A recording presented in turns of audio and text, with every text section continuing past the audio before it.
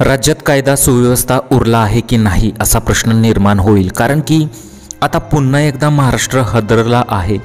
छत्रपती संभाजीनगरमधून ही धक्कादायक घटना समोर आलेली आहे।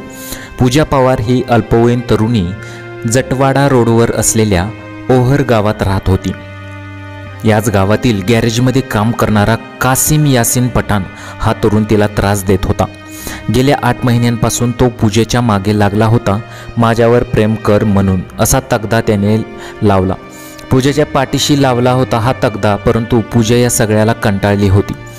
पूजा रक्षाबंधनासाठी गावी आली होती तेव्हा तिने हा प्रकार कुटुंबियांना सांगितला।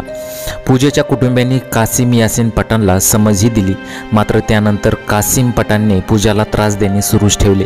त्यामुळे पूजाने टोकाचे पाऊल उचलले। 18 ऑगस्टला तिने गावातील विहिरीत उडी मारून आत्महत्या केली। यानंतर आता आरोपी तिच्या कुटुंबियांना धमकावत आहे। त्यामुळे आता पोलीस काय कारवाई करणार याकडे सर्वांच्या नजरा लागलेल्या आहेत। तर पोलिसांनी या प्रकरणात 7 जणांवर गुन्हा नोंदवलेला आहे, पण केवळ 2घांनाच अटक करण्यात आलेली आहे। मोकाट उरलेल्या उर्वरित आरोपींना आता पूजाच्या कुटुंबियांना धमक्या देण्यास सुरुवात केली आहे।